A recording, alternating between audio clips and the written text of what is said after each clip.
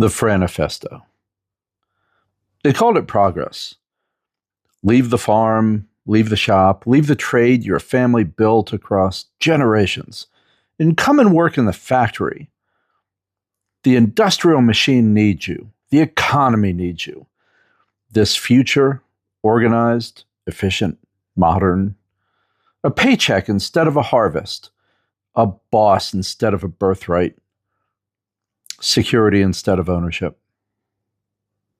And so they came by the millions.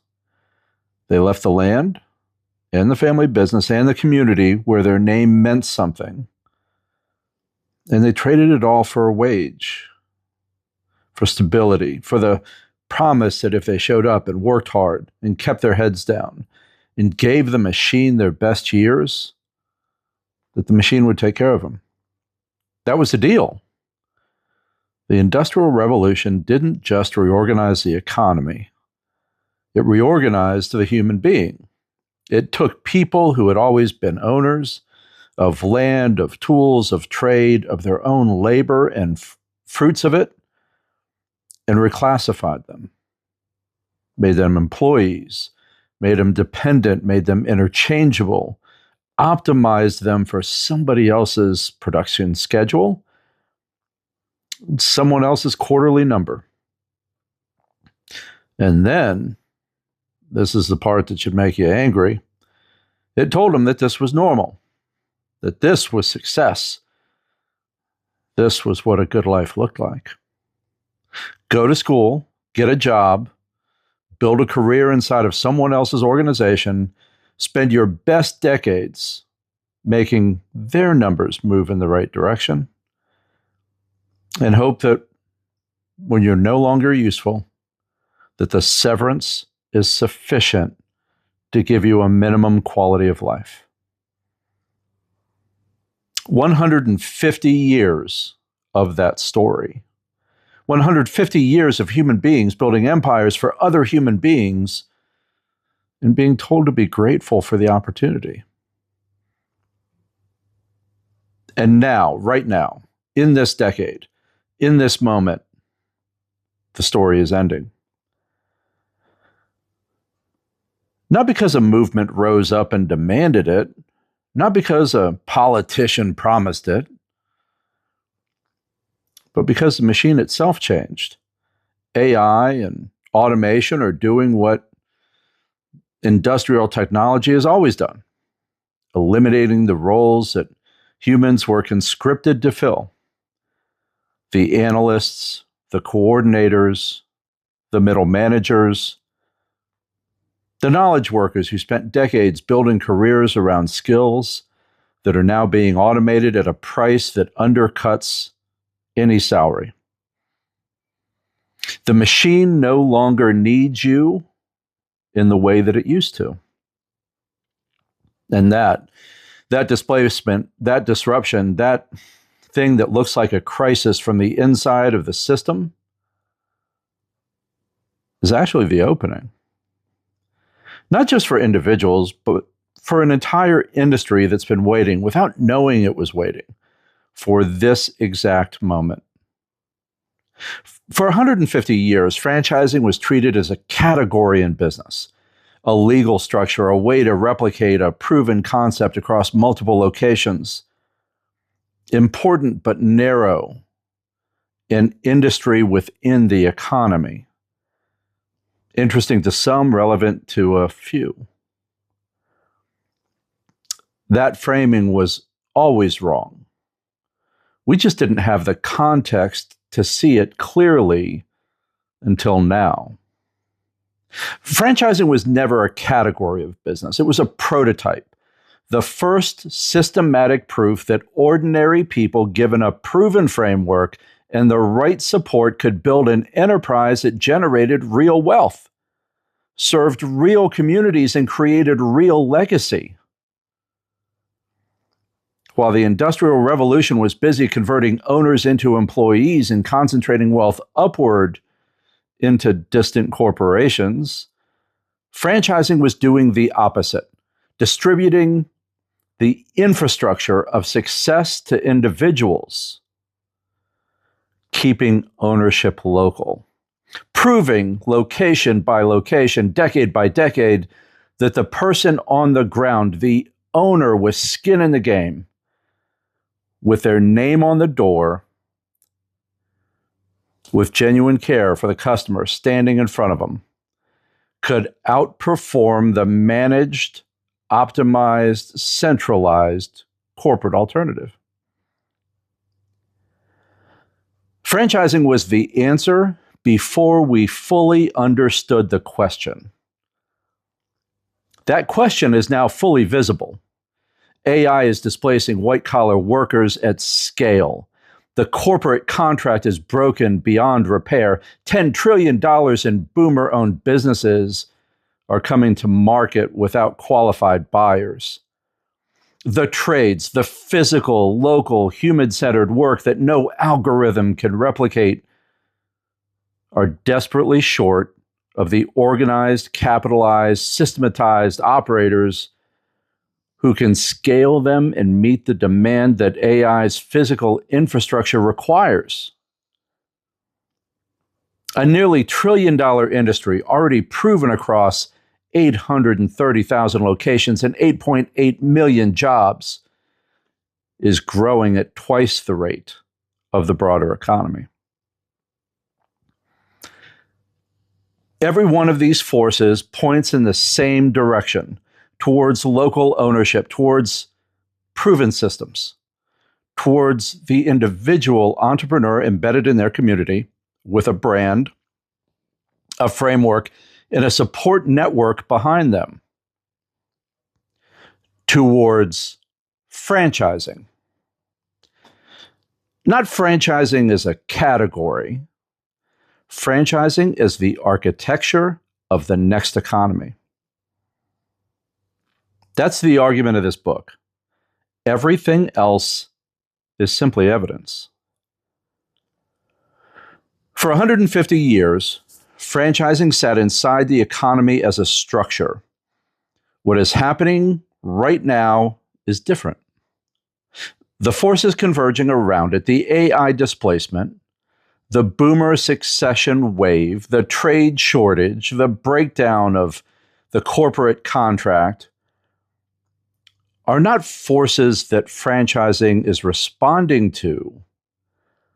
Those are forces that franchising was built to answer.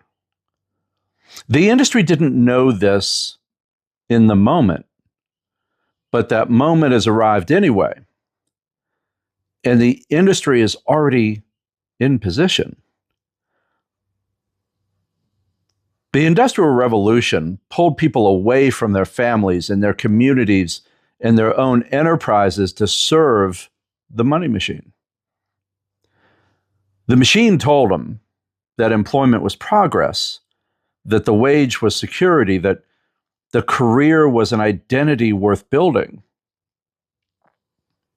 What's happening right now is pulling them back, not in defeat, not as casualties of a disruption that they couldn't see coming, as owners. Back to their communities, back to their families, back to the fundamental human truth that the most durable security, the deepest relevance, and the most transferable legacy have always come from building something of your own. And the instrument of that return, the proven, systematized, scalable framework that makes it possible for ordinary people to build extraordinary things, has been here all along. Just enough is the most sophisticated trap ever built. It doesn't arrive as a threat, it arrives as relief. Just enough salary not to leave, just enough stability not to risk, just enough comfort to make the cost of staying invisible until the cost has already been paid. The employment universe runs on just enough, the way a machine runs on fuel. It's the energy that keeps people inside of it, building someone else's empire, one just enough year at a time. Just enough was the employment universe's primary weapon. Just enough salary to stay, just enough stability not to move, just enough comfort to make the cost of inaction invisible. The corporate machine perfected just enough as a mechanism of control, keeping people productive without giving them enough to build anything of their own. Franchising breaks that, not by promising unlimited upside, but by providing a proven path from just enough to something real. From the employee trading time for income to the legacy owner whose relevance is permanent, whose systems are transferable, whose family inherits not just money, but the framework for creating more of it. Just enough becomes limitless, not through a leap of faith, but through a structure, a hierarchy, a map. Knauf's hierarchy of franchising is not just a franchise framework, it's the architecture of the unwinding, the path from the detour back to the destination. 6 levels that trace the same arc the human story has been trying to complete for 150 years. This is not a business book. This is the argument that a nearly $1 trillion industry just found its purpose, and that the people who understand that right now, before the window narrows, before the boomer businesses are absorbed by private equity, before the trade shortages reaches crisis, are not buying franchises. They're positioning themselves at the front of a civilization shift. This is not the end of something. This is the completion of a cycle that has been running for 150 years. The people who see it clearly, right now, in this moment, are the ones who get to ride it all the way home. Here's what we have forgotten. Before the factory, the farm was not just a place to grow food. It was an enterprise. The farmer owned the land and the tools and the output and the relationship with the market. The family was the organization. The legacy was the deed. The business and the life were not separate things. They were the same thing, conducted at the same place, for the same people, across generations. The craftsman's shop was not just a place to make things. It was an identity, a community anchor, and a vehicle for wealth that compounded across decades. The blacksmith who built a reputation in a town was relevant in that town in a way that no employer could grant and no restructuring could revoke. The baker's children knew how to bake. The cooper's apprentice became the cooper. And the trade was the inheritance. The merchants' trading relationships were not just business connections. They were the accumulated trust of years of showing up and delivering what was promised, and the treating partners with the integrity that made the next deal possible. That trust was worth more than any single transaction. It compounded. It was in the deepest sense a form of capital, one that belonged entirely to the person who built it.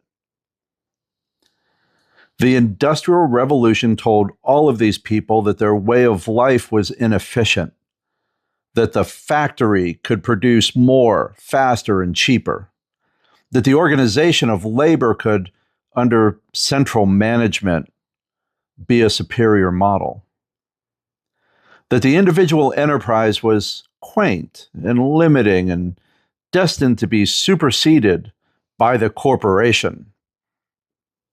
And some of that was true. The factory did produce more. The corporation did scale in ways that individual enterprises couldn't. The efficiency was real. What was not true was the claim that followed, that the exchange was fair, that trading the ownership, the legacy, the identity, and the community anchor of individual enterprise for a wage and a benefits package was progress rather than loss. That the employee building the corporation's wealth with their very best years was participating in something that would ultimately compound in their direction. It didn't compound in their direction. It never did. It was designed not to. The corporation captured the efficiency gain, and the employee received the wage. The gap between those two things, between what labor produced and what labor received, is the source of every stock option, every carried interest, every private equity return, every billion-dollar exit that has ever been celebrated in the business press. The celebration is of the gap, and the gap was always the point. And for 150 years, the people on the wrong side of that gap were told by the schools that prepared them, by the employers that hired them, the culture that surrounded them, that this was normal, that this was success, that the wage, the benefits, the title, and the retirement plan were the reward for a life well lived in service of somebody else's enterprise. The Franifesto is the argument that this was wrong. Not wrong as a matter of moral judgment about the people who designed the system, but wrong as a matter of historical fact about what it cost the people who lived inside of it. Wrong in the way that is now, for the first time in 150 years, being corrected. Not by revolution or redistribution, but by the simple and unstoppable fact that the machine has changed what it needs from human beings. And in that change has opened the door that was closed for 5 generations. Franchising is what walks through that door. Not because franchising invented the concept of local ownership, it didn't. Not because franchising solved the problem of the corporate contract. It is one of the many alternatives. But because franchising is the only model that combines the scale of a national brand with the local accountability of individual ownership. The only model that takes the operational infrastructure that used to require a corporation to build and puts it in the hands of a person who lives in a community and is answerable to it. The only model that has been systematically proven across every economic condition of the last century to work. 850,000 franchise establishments, 9 million jobs, 3% of the largest economy in the history of human civilization. Built by people who choose, one by one, to walk through the door. The Franifesto is an invitation to join them. Not as an act of rebellion against employment. Some people will always choose employment, and that's their right. But as an act of clarity about what ownership offers that employment cannot. Equity that compounds in your direction. Relevance that is earned rather than borrowed, a community that cannot restructure you out of existence, a legacy that transfers to the next generation as something real, not just memories of effort, but the ongoing fruit of it. The Industrial Revolution pulled people away from ownership. The forces arrayed right now are pulling them back. AI displacement, the boomer succession wave, the trade shortage, the breakdown of the corporate contract, all of it pointing towards the same model, all of it arriving at the same moment. A nearly $1 trillion industry has spent 150 years proving the model. The moment has arrived to use it. The people who act on that understanding right now, before the window narrows, before the boomer businesses are gone, before the trade shortage solves itself, before the next cohort of corporate refugees discovers what you're discovering in these pages, will look very different in 10 years from the ones who nodded and waited. This can be your victory lap. I'm George Knauf, franchise investment strategist, author of The Last Employee, The Rise of Ownership.